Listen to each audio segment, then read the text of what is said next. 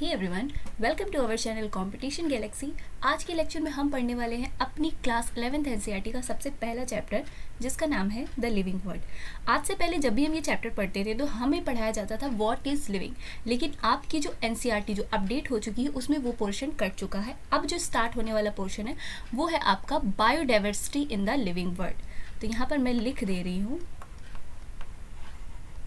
Biodiversity in the living world. ठीक, तो biodiversity मतलब क्या होता है? बायोडाइवर्सिटी मतलब होता है अपने आसपास जितनी भी आपको लिविंग चीज़ें देखने को मिल रही हैं, जैसे ह्यूमन है, एनिमल्स हैं, बर्ड्स हैं, इंसेक्ट हैं, प्लांट है, तो ये सब आपस में मिलकर एक बनाते हैं बायोडाइवर्सिटी।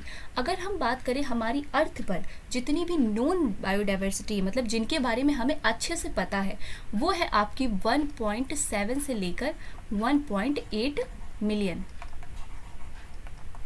ये है आपकी नॉन बायोडाइवर्सिटी, इनके बारे में मतलब हम जानते हैं। अभी ऐसी बहुत सी बायोडाइवर्सिटी हैं जिनके बारे में तो हमें पता ही नहीं। जैसे अमेज़न रेन फॉरेस्ट के बारे में आपने सुना होगा, वहाँ पर बहुत से ऐसे प्लांट, बहुत से ऐसे एनिमल छिपे हुए हैं जिनके बारे में हमें अभी कुछ नहीं पता है। तो अब इतनी बड़ी बायोडाइवर्सिटी है आपकी 1.7 से 1.8 मिलियन तक, इनको एक साथ पढ़ना, इनमें मतलब जितने ऑर्गेनिज्म है, लिविंग ऑर्गेनिज्म, इन सबको एक साथ पढ़ना तो आसान रहा नहीं होगा। इसीलिए एक आई आपकी पिक्चर में नीड ऑफ क्लासिफिकेशन। इस क्लासिफिकेशन में क्या किया गया, जितने भी जैसे आपको कोई एनिमल मिला या प्लांट मिल रहा है तो उसको क्या करते थे, क्लासिफिकेशन के अकॉर्डिंग उसको डिवाइड करके रख देते थे। इससे क्या उनमें डिफरेंस और उनके कैरेक्टर क्या है, मतलब उनकी चीज़ों को पढ़ना आसान हो जाता था। तो इसके साथ एक ब्रांच अराइज हुई जिसका नाम था टैक्सोनॉमी। अराइजेस ब्रांच, ये साइंस की ब्रांच थी जिसका नाम था टैक्सोनॉमी। टैक्सोनॉमी इसमें क्या था, जितने भी आपके ऑर्गेनिज्म थे लिविंग, उनको क्या था, एक सिस्टमैटिक वाइज में उनको क्या अरेंज कर दिया गया था। अब फादर ऑफ टैक्सोनॉमी ये काम किया था आप कैरोलस लिनियस साहब, जो इनके फादर थे कैरोलस लिनियस। पूछा जाता है एग्जाम में कि फादर ऑफ टैक्सोनॉमी किसे कहते हैं, तो आपको पता होना चाहिए कैरोलस लिनियस। इन्होंने क्या, ये ब्रांच अराइज की थी जिसका नाम था टैक्सोनॉमी। अब ये जो टैक्सोनॉमी, ये दो टाइप की थी, एक थी क्लासिकल टैक्सोनॉमी, एक मॉडर्न टैक्सोनॉमी। जो क्लासिकल मतलब जो पहले टैक्सोनॉमी थी, कैसे करते थे, उसमें क्या मॉर्फोलॉजी के अकॉर्डिंग या उसके एक्सटर्नल फीचर, जैसे कोई एनिमल मिला तो वो बाहर से कैसा दिख रहा है, उसका कलर क्या है, उसके बेसिस पर उसको क्लासिफाइड कर दिया जाता था। उसके बाद मॉडर्न टैक्सोनॉमी जो आई, जो कैरोलस लिनियस साहब ने दी थी, उन्होंने क्या किया था, इंटरनल फीचर उस ऑर्गेनिज्म का कैसा है, उसका सेल इन्फॉर्मेशन कैसा है, इकोलॉजिकल इन्फॉर्मेशन मतलब आपकी इकोलॉजी, मतलब इकोलॉजिकल के अकॉर्डिंग उनकी क्या इंपॉर्टेंस है उसमें, उसके बेसिस पर, और उसका डेवलपमेंट प्रोसेस क्या है, उसके बेसिस पर इन्होंने क्या किया था, क्लासिफाई किया था ऑर्गेनिज्म को। अब इसके बाद धीरे धीरे एक और ब्रांच अराइज हुई जिसका नाम था सिस्टमैटिक।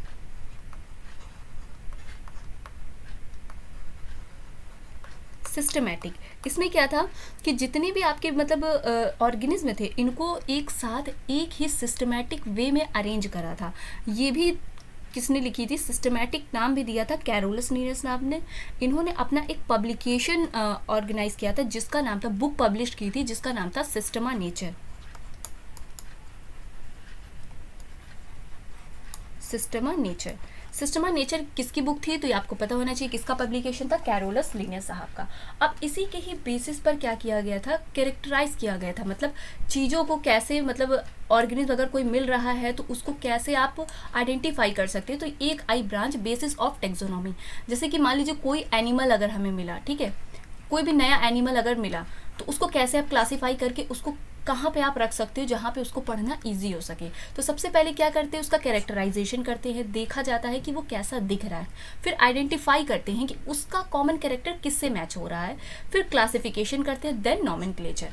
ठीक, क्लासिफिकेशन का प्रोसेस अभी हम आपको आगे बताएंगे। नॉमेनक्लेचर, नॉमेनक्लेचर को किसने दिया था सबसे पहले अगर बताया, तो नॉमेनक्लेचर क्यों आया, कि भाई इतने सारे, जैसे कि अगर हमारे यहाँ पर यूपी की बात करें तो वहाँ पर जैसे आम को आम बोलते हैं, लेकिन कई जगह ऐसी वैरायटी है आम की, जैसे चौसा, पता नहीं और भी क्या क्या आम की वैरायटीज़ होती हैं। तो अब साइंटिस्ट को अगर कोई नई वैरायटी मिली है तो वो आम तो थोड़ी ना बोलेंगे, जैसे यहाँ पर है ऑस्ट्रेलिया में कुछ और बोला जा रहा होगा और कनाडा में कुछ और बोला जा रहा होगा, तो ऐसे तो बड़ी प्रॉब्लम हो जाती। इसीलिए एक ऐसी ब्रांच अराइज हुई जहाँ पर उसको नॉमेनक्लेचर किया गया, मतलब कि एक ऐसा नाम दिया जाए जिसे पूरे विश्व में वही नाम से बुलाया जाए। ठीक, तो इसलिए नॉमेनक्लेचर की ब्रांच अराइज हुई। इसमें क्या किया था इन्होंने, बाय नॉमेनक्लेचर किया था, बाइनोमियल नॉमेनक्लेचर। ठीक है, बाइनोमियल नॉमेनक्लेचर किसने दिया था? कैरोलस लिनियस साहब ने ही दिया था।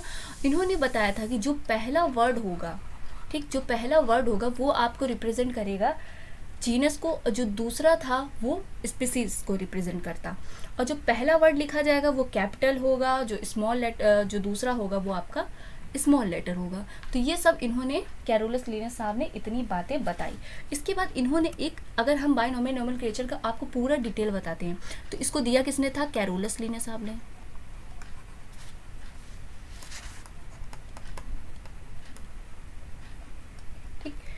कैरोलस लिनियस साहब ने इन्होंने बताया था, और इसको करने का तरीका कैसे होता है, मतलब कोई भी अगर ऑर्गेनिज्म आपको मिला है नया, तो उसको कैसे आप नॉमेनक्लेचर, मतलब उसका नामकरण कैसे कर सकते हो। तो एनसीईआरटी में एग्जांपल लिखा है मैंजीफेरा इंडिका,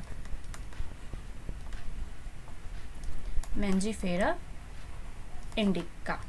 ठीक, तो यहाँ पर देखिए मैंने इसको हैंड से लिखा है, तो सबसे पहला जो उसमें आपका रूल है उसमें ये बताया गया कि जो पहला लेटर होगा वो आपका कैपिटल होगा, और जो स्मॉल लेटर होगा वो होगा आपका स्मॉल। ये होगा आपका कैपिटल और ये होगा स्मॉल। ठीक, कैपिटल और स्मॉल। और जो फर्स्ट वर्ड होगा वो किसको रिप्रेजेंट करेगा? जीनस को। जो पहला वर्ड है वो रिप्रेजेंट करेगा genus. Word word word letter होगा पहला कैपिटल, दूसरा स्मॉल, और जो पूरा वर्ड है वो जीनस को रिप्रेजेंट करेगा, और जो सेकेंड है वो स्पीसीज को, स्पीसीज बोल सकते हैं, स्पेसिफिक एपिथेट। ठीक, इसको रिप्रेजेंट करेगा। और ये क्या, किस लैंग्वेज में लिखा जाता है? अगर आप इसको लिख रहे हो तो ये इसकी लैंग्वेज होती है लैटिन, जो कि एक डेड लैंग्वेज है। और अगर हैंड से लिख रहे हैं तो इसको सेपरेटली अंडरलाइन करना पड़ेगा। मैंने हैंड से लिखा इसलिए मैंने इसको सेपरेटली अंडरलाइन किया हुआ है। इसी के ही आगे, जैसे कि ये नॉमेनक्लेचर किसने किया था? कैरोलस लिनियस साहब ने किया था, तो इसके नाम के आगे आ जाएगा कैरोलस लिनियस, लिख सकते हो आप, या सिर्फ ऑथर नेम जो भी है उनका वो आप डाल सकते हो। ठीक है, ऑथर नेम भी यहाँ पे लिख सकते हैं, जिसने भी नॉमेनक्लेचर किया है वो अपना नाम इसके आगे लिख सकता है। तो ये था नॉमेनक्लेचर, बाइनोमियल नॉमेनक्लेचर का क्या रूल थे। इसी रूल के बेसिस पर नीट में पीवाईक्यूज काफ़ी पूछे गए हैं। तो चलिए इनके रूल्स को सबसे पहले हम पढ़ लेते हैं। तो देखिए सबसे पहले अब यहाँ पर क्या किया गया, मैंजीफेरा इंडिका, जैसे मैंने सिर्फ एक मैंगो की वैरायटी ली थी, उसका इन्होंने नाम रख दिया ये। अब किसी भी टाइप का मैंगो हो, कहलाएगा वो मैंगो। आप उसको वर्ड में कहीं पर भी पहुंच जाओ, मैंजीफेरा इंडिका बोलोगे तो हर इंसान उसको समझ जाएगा, मतलब साइंस की भाषा में मैं बता रही हूँ आपको। ठीक, तो इसी तरह अब जैसे कि ये तो एक प्लांट की थे नॉमेनक्लेचर, ऐसे ही जूलॉजिकल में मतलब कुछ एनिमल्स भी होते हैं जिनका नॉमेनक्लेचर करना होता है। तो अब इतने सारे नॉमेनक्लेचर कर रहे हैं तो इसको एक प्रॉपर स्क्रूटनी की ज़रूरत होती है, मतलब इस नाम को कि प्रॉपर ऐसा नाम हो जो पूरे वर्ल्ड में बोला यही जाए, तो इसकी स्क्रूटनी करनी होती है। तो इसलिए एक संस्था बनाई जाती है जो इस काम को अच्छे से संभाले। तो उन संस्थाओं के नाम क्या हैं? देखिए सबसे पहला जो है ICBN, international code of botanical nomenclature, मतलब जितने भी प्लांट की नई वैरायटी आ रही है उनका नॉमेनक्लेचर करना है तो वो कौन करेगी? ICBN। उसके बाद है ICZN, international code of zoological nomenclature, जितने भी एनिमल आ रहे हैं उनका नॉमेनक्लेचर अगर करना है तो ICZN के अंडर में जाएगा वो। और ICBN मतलब जितने भी बैक्टीरियल हैं उनका नॉमेनक्लेचर करना है तो ICBN। ICVCN, international code of virus classification nomenclature, इन सब की ये जो है ICBN, ICZN, ये सब एक संस्था है जो एक प्रॉपर स्क्रूटनी के थ्रू आपका एक प्रॉपर नॉमेनक्लेचर करती हैं, जिसे पूरे वर्ल्ड में, पूरे विश्व में उसी नाम से जाना जाता है। ठीक, तो ये था आपका botanical, zoological, bacterial and virus. अगर हम आपके एनसीईआरटी के अकॉर्डिंग चले तो आपके एनसीईआरटी में सिर्फ ICBN एंड ICZN के बारे में ही दिया हुआ, ये ऑप्शनल है, इच्छा हो तो पढ़िए, अदरवाइज छोड़ दीजिए। नेक्स्ट टॉपिक में हम आते हैं यूनिवर्सल रूल ऑफ नॉमेनक्लेचर। जो मैंने बात बताई ये मैंने एनसीईआरटी की लाइन उठाई है डायरेक्ट, क्योंकि यहाँ डिट्टो लाइन से ही क्वेश्चन आपके नीट में पूछा जाता है। जो सबसे पहला है, biological name are generally in Latin, Latin word में होते हैं, रिटन इन इटैलिक्स, इटैलिक्स मतलब होता है हल्का सा तिरछा पर, ठीक है। दे आर लैटिनाइज और derive from Latin irrespective of their origin. जो सेकेंड पॉइंट है ये बहुत इंपॉर्टेंट है, कम से कम 5 बार पूछा गया है नीट में। द फर्स्ट वर्ड की बात हो रही, लेटर की बात नहीं हो रही है। First word in a biological name represent the genus while the second word denotes the specific epithet। अगर अल्फाबेटिकली भी अगर आप देख रहे हो तो यहाँ पर जी पहले आता है, एस बाद में आता है अल्फाबेट में, ठीक। तो ऐसे ही ट्रिक से याद कर सकते हो कि जीनस पहले आएगा, स्पेसिफिक एपिथेट बाद में आएगा। थर्ड पॉइंट है, बोथ द वर्ड और in a biological name when hand written are separately underline. अगर आप हैंड से लिख रहे हो तो उसको अंडरलाइन देना पड़ेगा। जैसे मैंने यहाँ पर लिखा था मैंजीफेरा इंडिका, मैंजीफेरा इंडिका, तो इसको मैंने अगर लिखा है तो ये मैं सेपरेटली हैंड टू अंडरलाइन करूंगी, क्योंकि मैंने इसको हैंड से लिखा है। तो यहाँ पर सेपरेटली अंडरलाइन, अगर रिटन कर रहे हैं तो इटैलिक्स लैंग्वेज में रिटन होगा। लिखा है यहाँ पे, both the word in biological name hand written are separately underline और प्रिंटेड, अगर प्रिंटेड फॉर्म में है तो in italics to indicate their Latin origin. Fourth है, the first word denoting the genus start. यहाँ पर एग्जाम्पल लिया है इन्होंने मैंजीफेरा इंडिका का, जो मैंने आपको बताया था। जो पहला लेटर है वो क्या है, कैपिटल, और जो दूसरा लेटर है वो स्मॉल है, ठीक। पहला वर्ड जो है वो इस जीनस को रिप्रेजेंट करेगा, जो दूसरा है वो क्या, स्पीसीज को। वही बात यहाँ पर लिखी हुई है। The first word denoting the genus start with a capital letter while the specific epithet start with a small letter. It can be illustrated with an example of Mangifera indica, ठीक। Example में exam में पूछा भी जाता है तो ये Mangifera indica का ही आपको क्वेश्चन में रखा जाएगा, पूछा जाएगा पहला लेटर दूसरा लेटर बताइए, या पहला वर्ड और दूसरा वर्ड क्या रिप्रेजेंट कर रहा है। वर्ड बोलेगा तो जीनस और स्पीसीज बताना है, लेटर बोलेगा तो कैपिटल और स्मॉल बताना है, ठीक। ये था आपकी यूनिवर्सल रूल ऑफ नॉमेनक्लेचर की कुछ इंपॉर्टेंट बातें जो आपको बिल्कुल डिट्टो लाइन टू लाइन आपको याद होनी चाहिए। नेक्स्ट टॉपिक पर मूव करते हैं, तो है आपका next topic taxonomic category. Taxonomic category क्या होती है, किसी भी चीज़ को इजीली रीड करना है आपको तो उसको एक कैटेगरी वाइज में करते हैं। ये एक स्टेप वाइज प्रोसेस होता है, स्टेप बाय स्टेप चला जाता है, ठीक। अगर हम बात करें इसकी बेसिक यूनिट की, टेक्सोनोमिक कैटेगरी की जो बेसिक यूनिट है वो है आपकी स्पीशीज। ये जो देख रहे हैं स्पीशीज, ये क्या टेक्सोनोमिक कैटेगरी की बेसिक यूनिट है। ढेर सारी स्पीसीज मिल जाती हैं तो बन जाता है जीनस, बहुत सारे जीनस मिल जाते हैं तो बन जाती है फैमिली, फैमिली बहुत सारी अगर कंबाइन हो जाते हैं, कंबाइन मतलब कैरेक्टर मैच करना, ठीक है। स्पीशीज अगर बहुत सारी, जैसे मान लीजिए स्पीशीज होती क्या है, सबसे पहली बात करें तो बेसिक यूनिट कौन है, स्पीशीज, ठीक है। तो स्पीशीज क्या होती है, जैसे कि एक जंगल में शेर है, ठीक, वहाँ बहुत सारे शेर हैं, तो उन शेरों को एक साथ अगर एक जगह हम देख रहे हैं, कॉमन कैरेक्टर दिख रहा है हमें उसमें, तो वो कहलाएगी लॉयंस की वैरायटी, मतलब लॉयन की स्पीशीज, ठीक। वहीं पर अगर हम ढेर सारे जेब्रा रख दे तो वो भी एक स्पीसीज है, लेकिन वो दूसरी स्पीसीज है, ठीक। सेम स्पीशीज और डिफरेंट स्पीशीज में अंतर होता है। लॉयन की ढेर सारी जो संख्या होती है, जैसे 10 लॉयन है, ठीक है, 10 लॉयन है एक जंगल में, तो वो जो 10 लॉयन है ये कहलाएंगे वन स्पीशीज, ठीक। और उसी जगह अगर 10 जेब्रा अगर आ जाए या 10 कोई और अदर एनिमल है, 10 कैट मान लो, ठीक है, तो 10 कैट की जो है ये भी एक स्पीशीज है, लेकिन ये दोनों अगर एक साथ रख दी जाए एक जगह पर तो ये कहलाएगा जीनस, मतलब कॉमन कैरेक्टर मैच करना। लॉयन के भी 4 पैर होते हैं, बिल्ली के भी होते हैं, लॉयन की भी 2 आइज होती है, बिल्ली की भी होती है, ठीक। तो ऐसे ही मतलब कॉमन कैरेक्टर मैच करते हुए, थोड़ा सा मैच कर रहा है उनका कैरेक्टर तो उसको क्या रखते चले जाते हैं। तो अगर ध्यान से देखिए तो यहाँ से अगर हम ऊपर जाते हैं, स्पीशीज से किंगडम की ओर बढ़ते हैं, तो यहाँ पर जो कॉमन कैरेक्टर होते हैं वो क्या करते हैं, डिक्रीज करते हैं, ठीक है। कॉमन कैरेक्टर डिक्रीज करेगा आपका, और जो सिमिलर कैरेक्टर होते हैं, कॉमन और सिमिलर कैरेक्टर क्या होते हैं, डिक्रीज करते हैं। स्पेसिफिसिटी भी क्या करती है, डिक्रीज करती है, लेकिन कॉम्प्लेक्सिटी ऑफ प्रोसेस क्या होता है, बढ़ता है। तो कॉमन कैरेक्टर यहाँ पे क्या करेंगे, डिक्रीज करेंगे, स्पेसिफिसिटी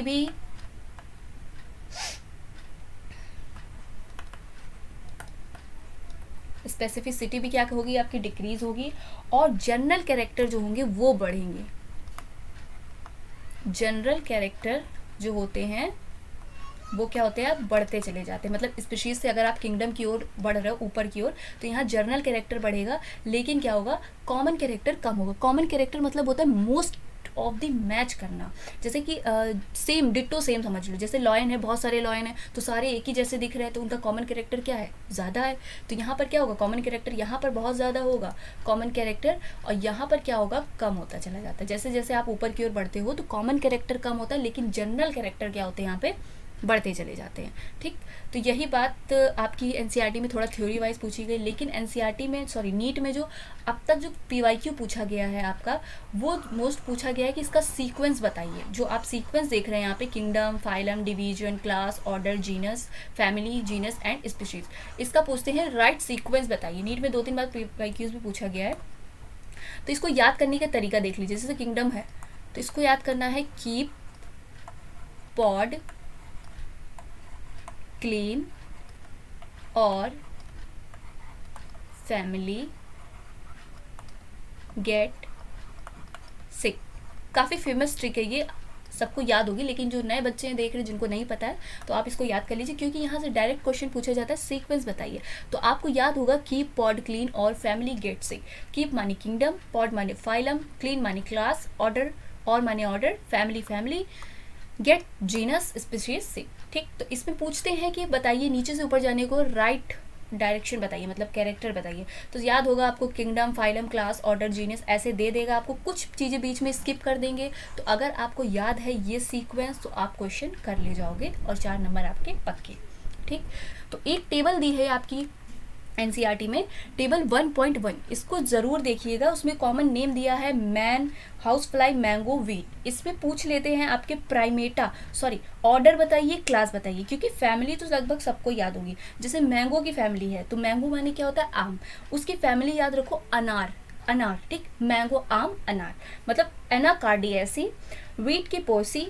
ठीक, मैन की तो याद होगी सबको, होमो होता है, होमिनिडी फैमिली। लेकिन ऑर्डर जो होता है, ऑर्डर और क्लास में थोड़ी कंफ्यूजन होती है, तो ऑर्डर याद रखना, जो मैन का होता है वो प्राइमेटा होता है, हाउस फ्लाई का डिप्थीरिया, मैंगो का सेपिंडेलस। तो ये टेबल जो है ना, ये बहुत इंपॉर्टेंट टेबल है, आपको बिल्कुल अच्छे से जिस चीज़ छपी है वैसे ही आपको अपने ब्रेन में भी छाप लेनी है, क्योंकि यहाँ से क्वेश्चन पूछे जाते हैं। 3 ही इंपॉर्टेंट इस चैप्टर का जो है, एक ये टेबल 1.1, दूसरा ये टेक्सोनॉमिक कैटेगरी, यहाँ से सीक्वेंस वाइज क्वेश्चन पूछते हैं कि इसका करेक्ट सीक्वेंस बताइए, और दूसरा ये मोस्ट इंपॉर्टेंट है, ये बहुत ही ज़्यादा इंपॉर्टेंट है। इसमें से डिट्टो यही स्टेटमेंट आपने अगर पढ़ा हुआ है, रटा है, कॉन्सेप्ट मैंने अच्छे से समझा दिया, तो आप इसको एग्जाम में बिल्कुल अच्छे से कर लोगे। ठीक, नेक्स्ट है इसका फुल फॉर्म पूछ सकते हैं, अदरवाइज वैसे अब तक पूछा नहीं जा रहा है, लेकिन ये और ये जो टेबल 1.1 ये इस चैप्टर की बिल्कुल जान है, इसको छोड़ना नहीं है। नीट में जब मैं आपको पीवाईक्यूज कराऊंगी आने वाले लेक्चर में, तब आपको पता चलेगा कि इन टॉपिक्स की क्या वैल्यू है। तो thank you so much for watching my video अच्छी लगी हो तो प्लीज़ चैनल को सब्सक्राइब जरूर करिएगा और एक लाइक ज़रूर करिएगा।